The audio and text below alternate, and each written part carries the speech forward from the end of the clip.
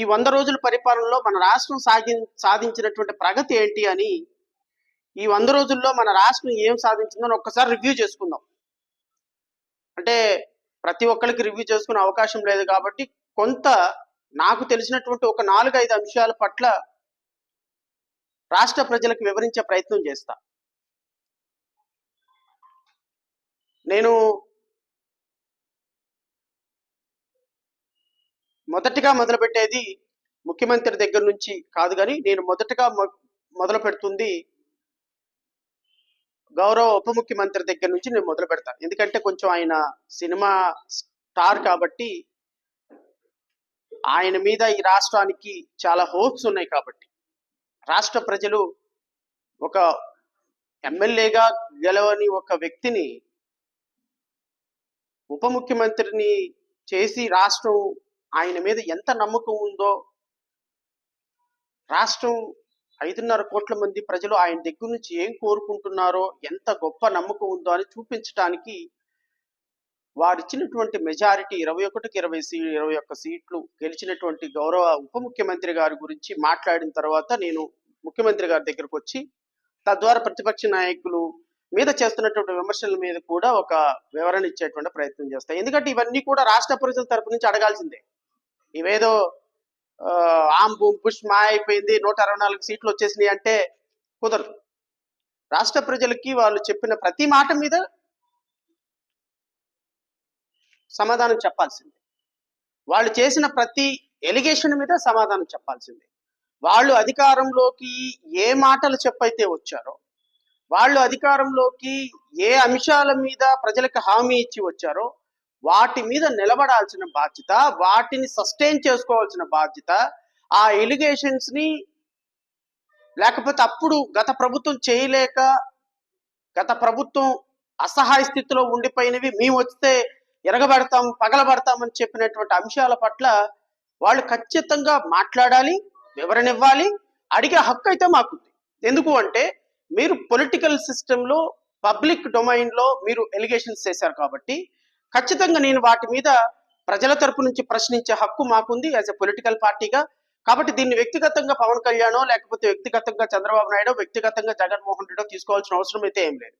Because ప్రజల తరపున ఒక రాజకీయ పార్టీ కొన్ని అష్యూరెన్సెస్ ఇచ్చినప్పుడు, కొన్ని ప్రామిసులు చేసినప్పుడు, అడ్మినిస్ట్రేషన్ బాగాపోతే ప్రజాస్వామ్యంలో ప్రజల తరపున మాట్లాడటానికి కొన్ని చిన్న చిన్న రాజకీయ పార్టీలు ఉంటాయి. అందులో మాది ఒక రాజకీయ పార్టీ కాబట్టి మేము ఏ పార్టీకి అనుకూలమో ప్రతికూలమో కాదు. కాబట్టి ప్రజల తరపున ప్రశ్నించడానికి ఒక పార్టీ ఉందని ప్రజలు కనీసం భావించాలి. కాబట్టి ఈరోజు ఈ ప్రెస్ మీట్ లో ఖచ్చితంగా వాస్తవాలు మాట్లాడటానికి, వాస్తవాలు ప్రజల ముందు పెట్టడానికి అయితే మీ ముందుకు వచ్చాం.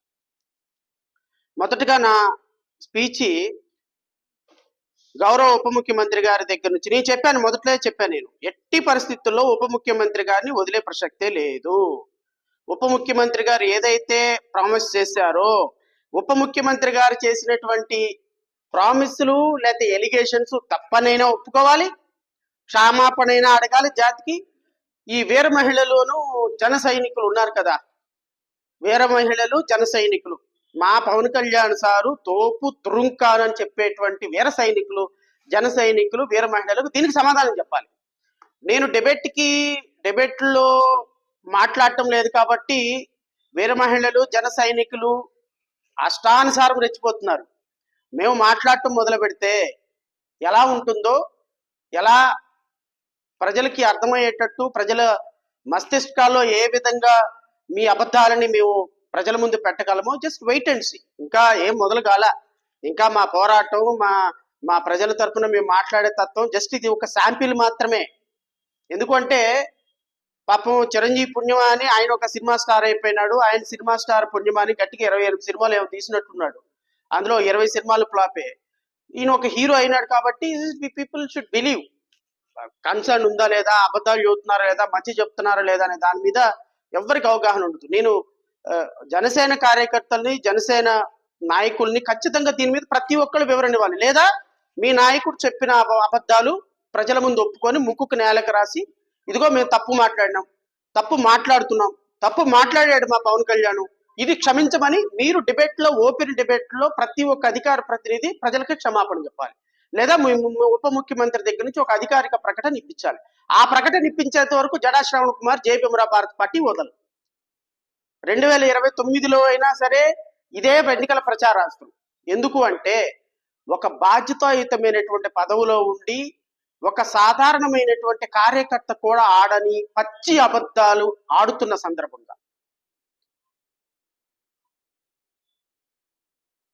ఒక మత సాంప్రదాయాలకు సంబంధించినటువంటి ఒక పవిత్రమైన స్థలాన్ని ప్రపంచవ్యాప్తంగా కోట్లాది మంది అభిమానులు సాధించుకున్నటువంటి ఒక గొప్ప ప్రపంచానికి కలియుగ దైవంగా భావించబడుతున్న తిరుమల తిరుపతి వెంకటేశ్వరుని సన్నిధిలో తయారయ్యే లడ్డూని కూడా రాజకీయాలకు వాడుకొని సనాతన ధర్మం అని మాట్లాడేటువంటి ఒక హీరో స్క్రిప్టింగ్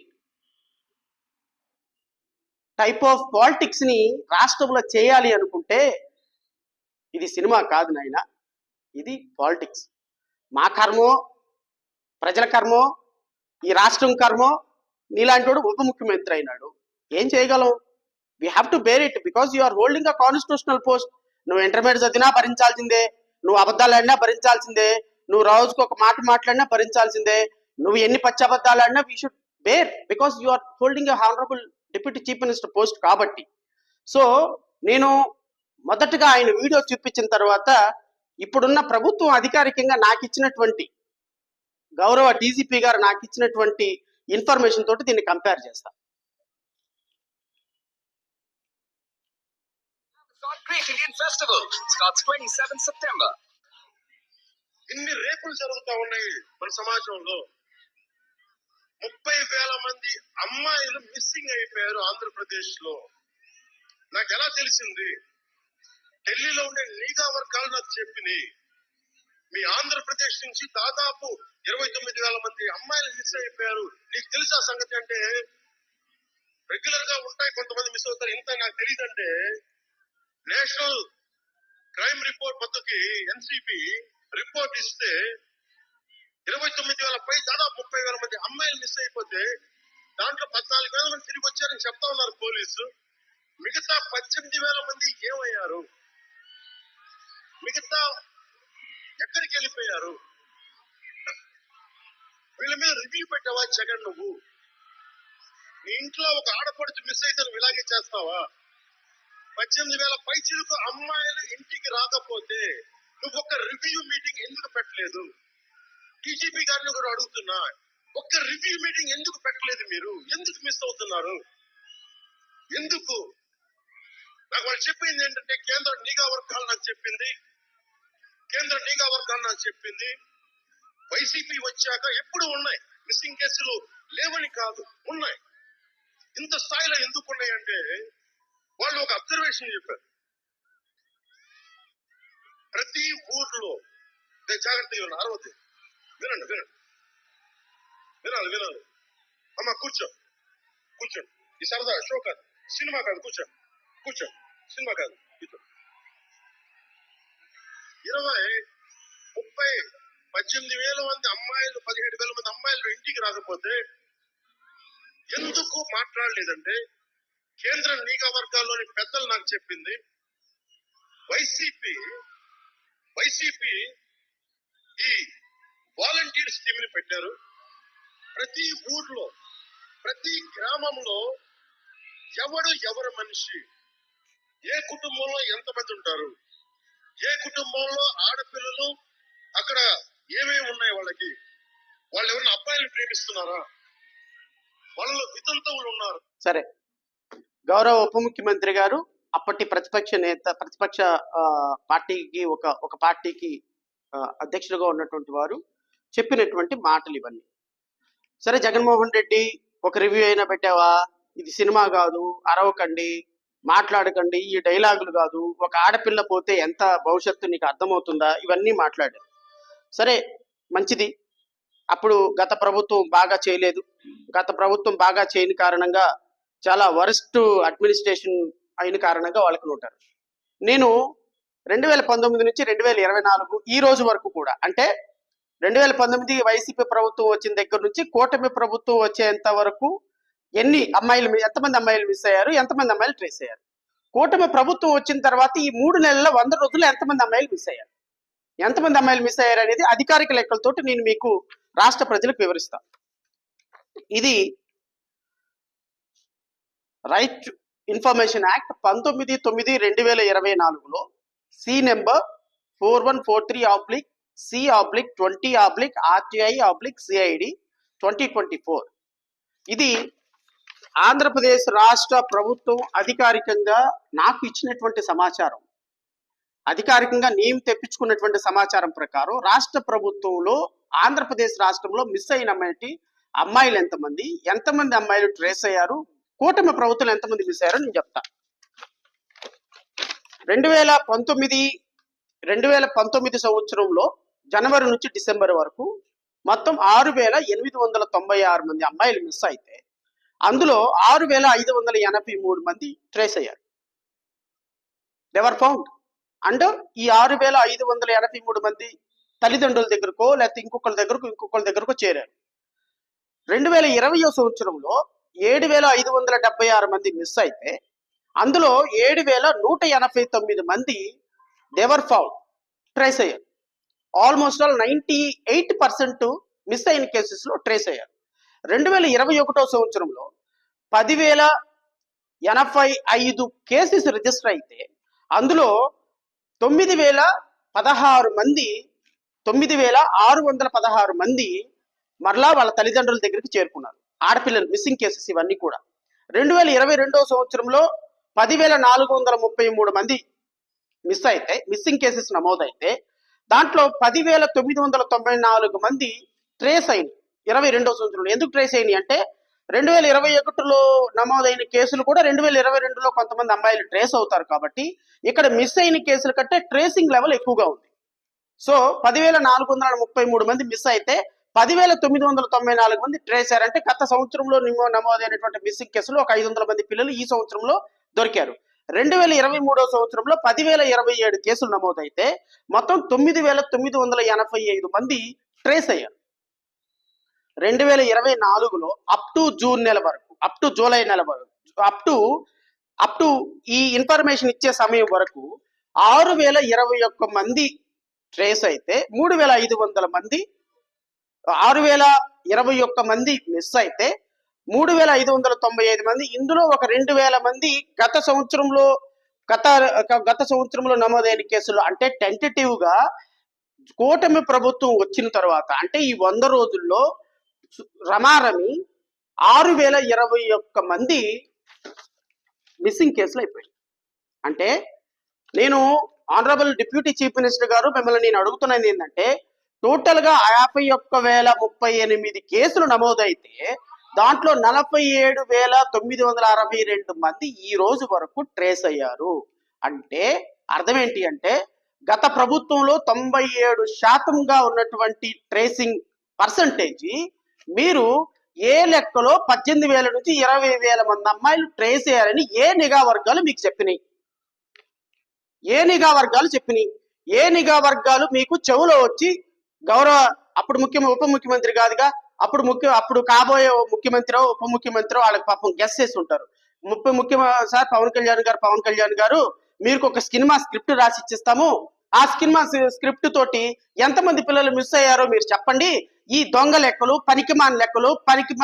ఎందుకు పనికిరాని లెక్కలు అన్ని కూడా మా వరకే ఉంటాయి, మీకు మాత్రం మేము చెవులో చెప్తాం, మీరు అమ్మాయిలందరూ మిస్ అయిపోయినారని లక్షల మంది దగ్గర చెప్పండి.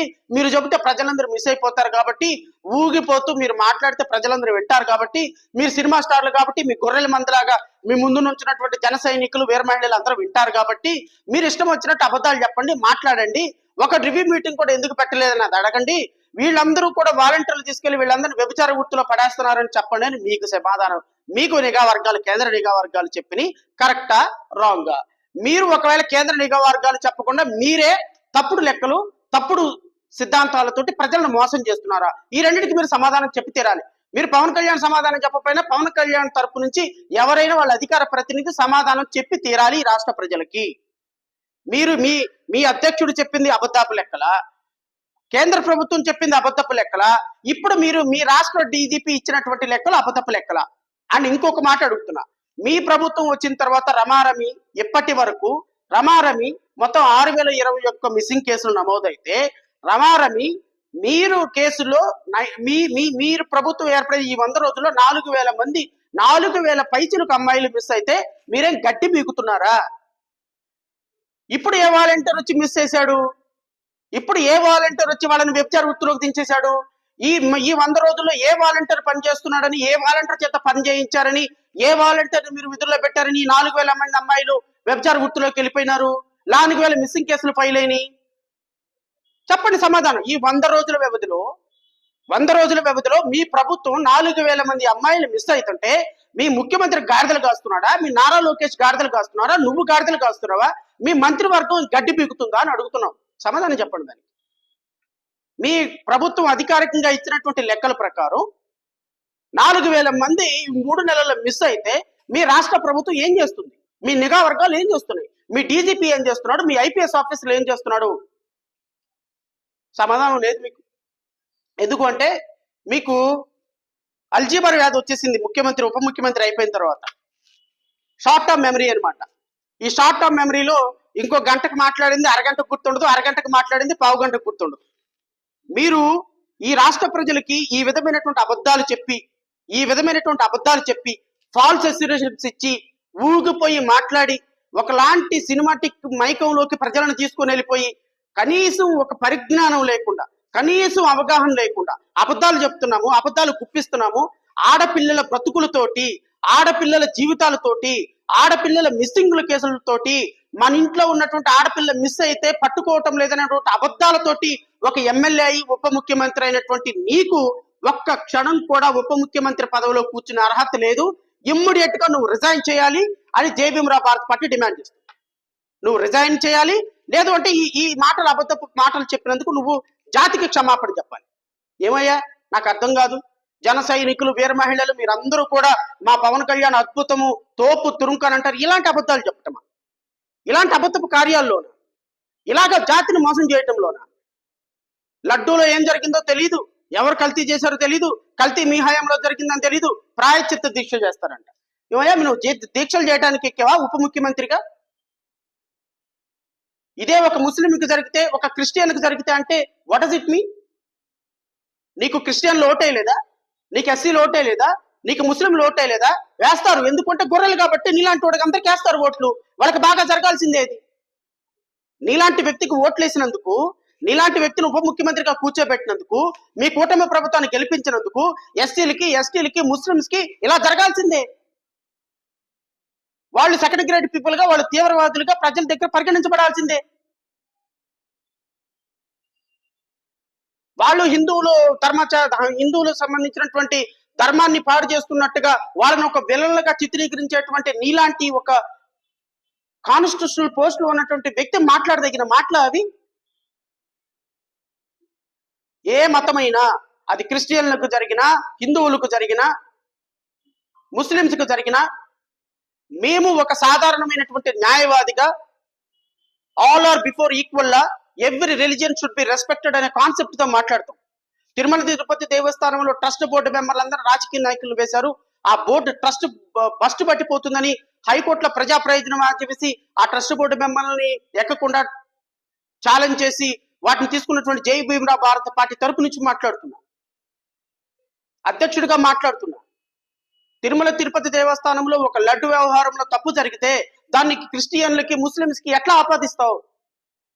జగన్మోహన్ రెడ్డి క్రిస్టియన్లకు జరిగితే మాట్లాడతావా, ముస్లింస్ జరిగితే మాట్లాడతావు అంటే వాట్ డస్ ఇట్ మీన్? అంటే జనసేన పార్టీ క్రిస్టియన్లకి, ముస్లింస్ కి వ్యతిరేకం.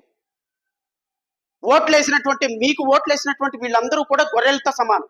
ఈ విధంగా అబద్ధాలు చెప్పి ఫాల్స్ ప్రామిసెస్ ఇచ్చి ఎందుకు పనికిరాని భారతీయ జనతా పార్టీని తీసుకొచ్చి ఆంధ్రప్రదేశ్ రాష్ట్రంలో విషాలు చిమ్మించి ఈ రోజు రాష్ట్ర ప్రజలందరూ దగ్గర ఉప ముఖ్యమంత్రిగా అయిపోయిన మీరు ప్రతి రిలీజియస్ అంశాన్ని, ప్రతి సెన్సిటివ్ అంశాన్ని కూడా ఈ రోజు తీసుకొచ్చి మతం ముసుగులో చొప్పిస్తున్నారు అంటే హౌ షేమ్ఫుల్ ఇట్ ఈస్.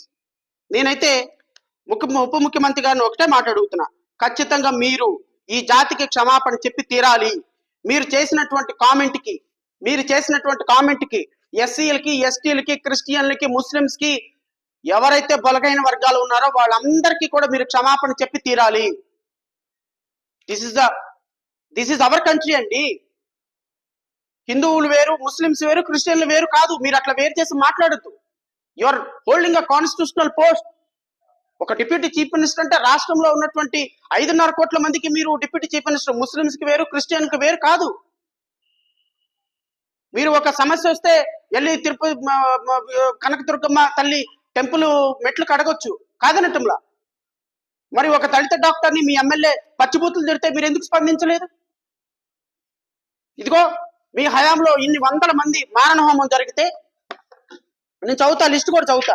మీ హయాంలో ఎంతమంది దళిత బిడ్డలు చచ్చిపోయినారు, ఎంతమంది 100 రోజుల పాలనలో మీరు ఇచ్చినటువంటి హామీలు ఏంటి, మీరు చేయని హామీలు ఏంటి, ఎంతమంది చచ్చిపోయారో కూడా నేను ఖచ్చితంగా రాష్ట్ర ప్రజలకు చెప్తా. నేను ఇంకొక మాట కూడా చెప్తా.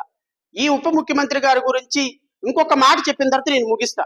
ఎందుకు అంటే ఇది కూడా చాలా ఇంపార్టెంట్. తెలుగుదేశం పార్టీ వాళ్ళు ఏం చేసినా ఆయనకి చెయ్యాలి కదా, వాళ్ళు సరిగ్గా చేయలేదు, పాలనే కదా.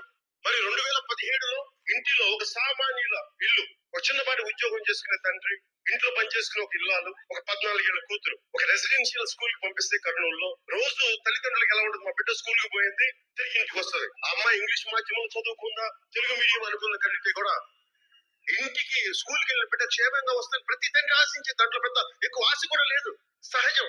అలాంటి బిడ్డ యాజమాన్యం ఫోన్ చేసి అమ్మ మీ కూతురు ఒకసారి వచ్చి తీసుకెళ్ళండి అమ్మా, బాగలేదు పడిపోయిందని, కళ్ళు తిరిగి పడిపోయిందని చెప్తే అంటే వెళ్ళిందంట. ఆవిడ వెళ్తే అలాంటి ఫ్యాన్ కి ఉరేసుకొని అమ్మాయి అలా ఉంటే, ఉరి ఎలా వేసుకుంటాం అంటే మనం ఎవరన్నా ఉరేసుకుంటే ఎలా వేసుకుంటారు, కింద కాళ్ళు ఆంతయ్య. ఆ బిడ్డ 14 ఏళ్ళ బిడ్డని చూస్తే గర్భసంచి నిండా వీర్యం ఉండి ఆ తల్లి చెప్తుంటే నా కన్నీళ్ళు వచ్చేసింది. నాకు ఏమి చేయాలి, నిస్సహాయత. సినిమాల్లో అయితే 100 డైలాగులు చెప్పగలవు, నిజ జీవితంలో చెప్పలేవు. నిస్సహాయత కన్నీళ్ళే వస్తాయి. నిజ జీవితంలో ఏమి చేయలేవు. సినిమాలో తొడలు కొట్టచ్చు, అరవచ్చు, కేకలు పెట్టచ్చు, మీసాలు తిప్పుకోవచ్చు. కానీ నిజ జీవితంలో నిస్సహాయతే, ఏడుపే, కన్నీళ్ళే. మరి జగన్ రెడ్డి గారు నిజంగా చిత్తశుద్ధిగానే ఉంటే ఆ ఆడబిడ్డను చంపేసిన వాళ్ళ కేసు ఎందుకు తీయరాయన? ఎందుకు వాళ్ళు వెనకేసుకొస్తారు? వాళ్ళు పోలీసులు ఏం చేస్తున్నారు అక్కడ? పోలీసులకి బిడ్డలు ఉంటారు, ఆడబిడ్డలు ఉంటారు. ఆ పోలీసులకి, రాజకీయ నాయకులకి ఆడబిడ్డలు ఉండరా?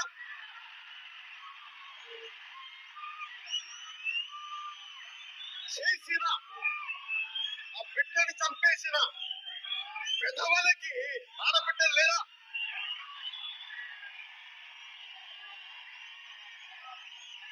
అడిగేవాడు ఎవరు లేడు. ఆవిడ ఒక సామాన్య గృహిణి, లాయర్లు కూడా పెట్టుకోకుండా కేసులు వాదించేస్తుంది. బిడ్డ చనిపోతే ఒక సామాన్యురాలు లాయర్ అయిపోయింది. అంత ఆవేదన. ఆవిడ అంటుంది ఏంటి తెలుసా, నా బిడ్డ ప్రాణాలు పోయినాయి అన్నా, కానీ వేరే ఆడబిడ్డల మానాలు కూడా పోతా ఉన్నాయి, ఎవరు చెప్పుకోవట్లేదు. వాళ్ళని రక్షించడానికి మాట మాట్లాడన్నా. ఎక్కడో కాదు మనకి కర్నూలు కట్టమంచి రామలింగ. ఈ నీతి ప్రవచనాలు ఇంకా వెళ్ళలేవులే కానీ రాష్ట్ర ప్రజలకి నేను గౌరవ ఉప ముఖ్యమంత్రి గారిని అడుగుతున్నా.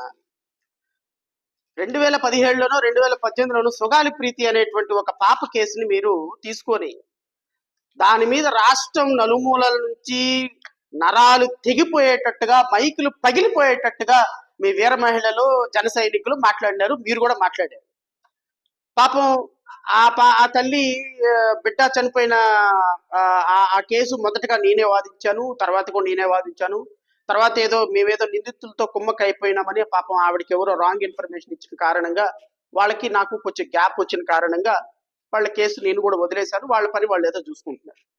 దాన్ని గౌరవ ఉప ముఖ్యమంత్రి గారు టేకప్ చేసి గొంతు చించుకొని రంకెలు పెట్టి కర్నూలు వెళ్ళి పెద్ద పెద్ద మీటింగులు పెట్టి పెద్ద పెద్ద హడావుడి చేసి ఆ అమ్మాయికి నేను ప్రాణం ఇస్తాను, వాడిని ఉరిశిక్ష వేస్తాను, కట్టమంచి రామలింగారెడ్డి కరస్పాండెంట్ ని, స్కూల్ వాళ్ళని చంపేస్తాను, పోలీసులు ఏం పీకుతున్నారు, జగన్ రెడ్డి ఏం పీకుతున్నాడు, నువ్వేం పీకుతున్నావా? ఇప్పుడు నువ్వు గడ్డి పీకుతున్నావా?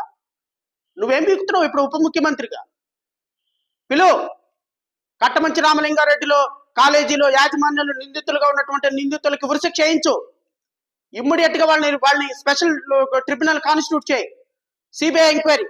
ఇంకోటి కూడా చెప్తా, మేము పెట్టినటువంటి ఎఫర్ట్స్ వల్ల మేము వేసినటువంటి కేసు వల్ల, మేము వాదించినటువంటి విధానం వల్ల GOMS number 56 dated 28/5/2020 under section 6 of the Delhi Establishment Police Act 1946, the government of Andhra Pradesh hereby accord consent to all the members of Delhi Police Establishment to exercise the power of the jurisdiction of the member of the Delhi Police Establishment in the whole the state of the Andhra Pradesh for the investigation into the case registered by the Kurnool and Taluka Police Station, wide FIR crime number 2021/2017 under section 302, 201 read with section 34 of IPC and section 3 subclause 2B of SC/ST POA Amendment Act in 2015 under section 10 of the POCSO Act 2015, charged under section 306 and 34 of IPC on alleged rape and murder of girl by name Sugali Preeti so and so 10th class Kattaminchi Ramalinga so and so. 2020 సంవత్సరంలో ఆంధ్రప్రదేశ్ రాష్ట్ర ప్రభుత్వం ఈ కేసుని సిబిఐకి బదలాయిస్తూ సిబిఐని investigation చేయమని ఇచ్చినటువంటి GO. ఈ జీవోను కూడా ఇంప్లిమెంట్ చేయకపోతే సిబిఐ వాళ్ళు ఈ కేసు మేము తీసుకోము, ఇది చాలా చిన్న కేసు, మాకు స్టాఫ్ లేరు, మేము ఇన్వెస్టిగేషన్ చేయము అని రాష్ట్ర ప్రభుత్వం రిక్వెస్ట్ చేసిన తర్వాత చేయకపోతే దీన్ని మళ్ళీ హైకోర్టులో వేసి సిబిఐ ఇన్వెస్టిగేషన్ చేయాలని హైకోర్టులో వేసి ఫైట్ చేసాం మేము. సరే, సబ్సిక్వెంట్ గా తల్లిదండ్రులకు నమ్మకం లేదు, వాళ్ళ కేసు వాళ్ళు తీసుకుని వెళ్ళిపోయినారు, that is a different issue. But నా దగ్గర కేసు లేకపోయినా సుగాలి ప్రీతి అనేటువంటి ఒక ట్రైబల్ పాపకి, ఒక నిరుపేద 10 సంవత్సరాల పాపకి నువ్వు చెప్పినట్టుగానే చనిపోయిన పాప గర్భం నిండా వీర్యం ఉన్నటువంటి పాపని ఈ రోజు తెలుగుదేశం పార్టీలో ఉన్నటువంటి ఈ నాయకులందరూ కూడా, వాళ్ళు వైఎస్ఆర్ కాంగ్రెస్ పార్టీలో ఉంటే వైఎస్ఆర్లు, తెలుగుదేశంలో ఉంటే తెలుగుదేశం పార్టీలో కూటమి ప్రభుత్వంలో ఉన్నటువంటి ఈ కాలేజీ యాజమాన్యం మీద నువ్వెందుకు చర్యలు తీసుకోవటం లేదు చెప్పు. సెంట్రల్ బ్యూరో ఆఫ్ ఇన్వెస్టిగేషన్ కేంద్ర ప్రభుత్వ సంస్థ, ఆంధ్రప్రదేశ్ రాష్ట్రంలో కేంద్ర ప్రభుత్వంలో ఉన్నటువంటి భారతీయ జనతా పార్టీ కూడా కూటమిలో భాగస్వామ్యం కాదా? భారతీయ జనతా పార్టీ ఆంధ్రప్రదేశ్ రాష్ట్రంలో అధికారంలో లేదా? ఆంధ్రప్రదేశ్ రాష్ట్రంలో పురంధేశ్వరి లాంటి వ్యక్తుల్ని మెంబర్ ఆఫ్ పార్లమెంట్లుగా గెలిపించలేదా? ఆంధ్రప్రదేశ్ రాష్ట్రంలో భారతీయ జనతా పార్టీ, జనసేన, తెలుగుదేశం పార్టీతో కూడిన కూటమి కాదా అధికారంలో ఉంది? మరి కూటమి ప్రభుత్వం అధికారంలో ఉండగా 2020 సంవత్సరంలో సిబిఐ ఎంక్వైరీకి ఆర్డర్ చేసినటువంటి రాష్ట్ర ప్రభుత్వ జీవోని ఎందుకు ఇంప్లిమెంట్ చేయించలేకపోతున్నావు నువ్వు? భారతీయ జనతా పార్టీ ఎందుకు అడగటం లేదు? భారతీయ జనతా పార్టీ పరిధిలో, భారతీయ జనతా పార్టీ అండర్లో పనిచేసే సెంట్రల్ బ్యూరో ఆఫ్ ఇన్వెస్టిగేషన్ ఈ కేసును టేకప్ చేయటంలో ఏంటి ప్రాబ్లము? అంటే నిందితులతో కుమ్మకైపోయినావా?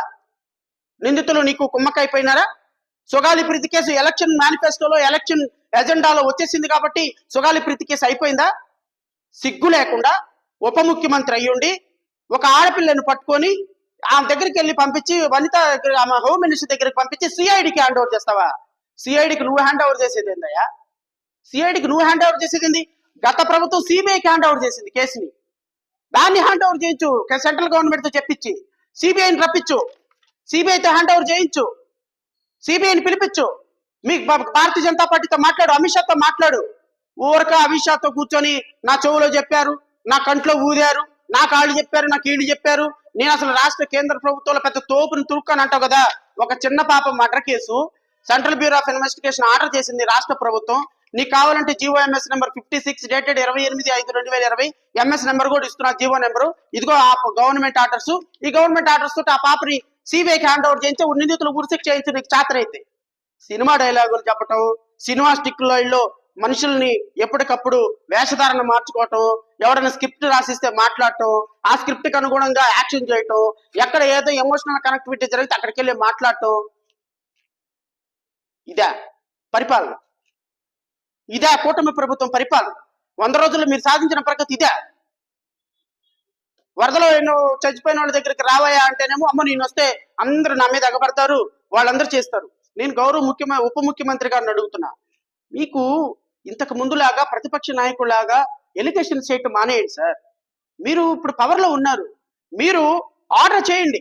లడ్డు ఎవరు అడల్ట్ చేశాడు కీని ఆర్డర్ చేయండి, అరెస్ట్ చేయండి, అవసరమైతే ఉరి తీయండి. The people of Andhra Pradesh has given such a power to you. నువ్వు మీడియా ముందుకు వచ్చి ప్రకాష్ రాజుని తిడతావు, మీడియా ముందుకు వచ్చి వాళ్ళని తిడతావు. సి, నాకు పవన్ కళ్యాణ్ గారంటే అభిమానం. బికాస్ ఒక సినిమా స్టార్ గా వచ్చి టాలెంట్ ఉన్నా లేకపోయినా ఒక మంచి స్టార్ గా ఎదిగి తీసిన తక్కువ సినిమాలైనా ఒక స్టార్డమ్ సంపాదించి రాష్ట్ర చరిత్రలో ఒక ఉప ముఖ్యమంత్రి స్థాయికి వచ్చినారు. I'm very glad for this.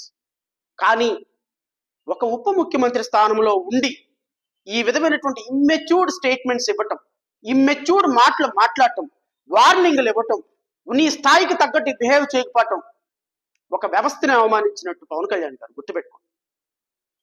It's not correct.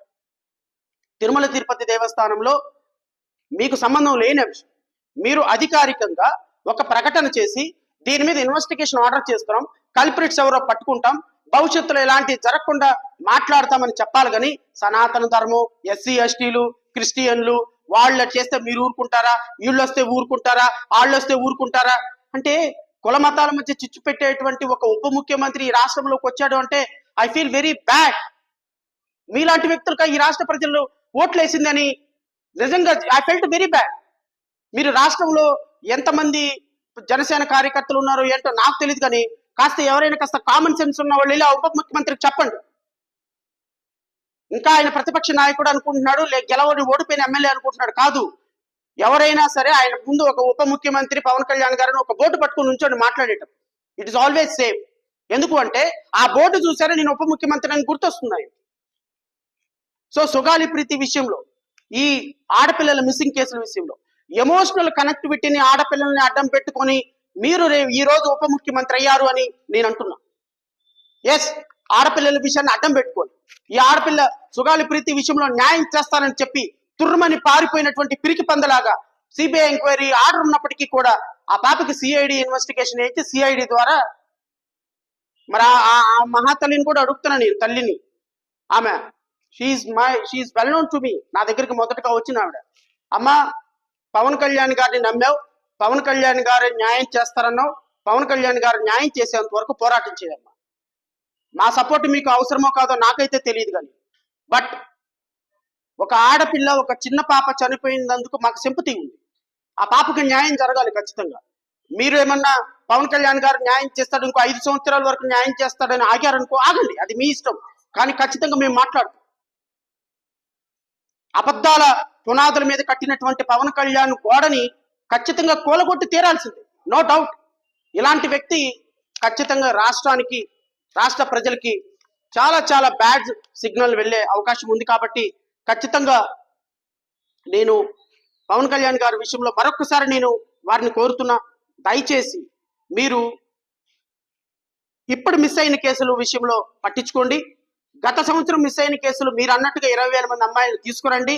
ఎక్కడున్నారు, ఎవరు అమ్మాయిలను తీసుకొచ్చి ప్రజలకు అప్పచెప్పాలని డీజీపీతో రివ్యూ మీటింగ్ పెట్టి దీని మీద ఒక స్పష్టమైన ప్రకటన చేయాలి. చేయకపోతే 5 సంవత్సరాల పాటు నేను ఇదే మాట్లాడతాను. మీరు ఇది నేను తప్పుగా మాట్లాడాను అని మీరు అధికారిక ప్రకటన వచ్చేంత వరకు నేనైతే వదలను. ఖచ్చితంగా మాట్లాడి తీరుతా.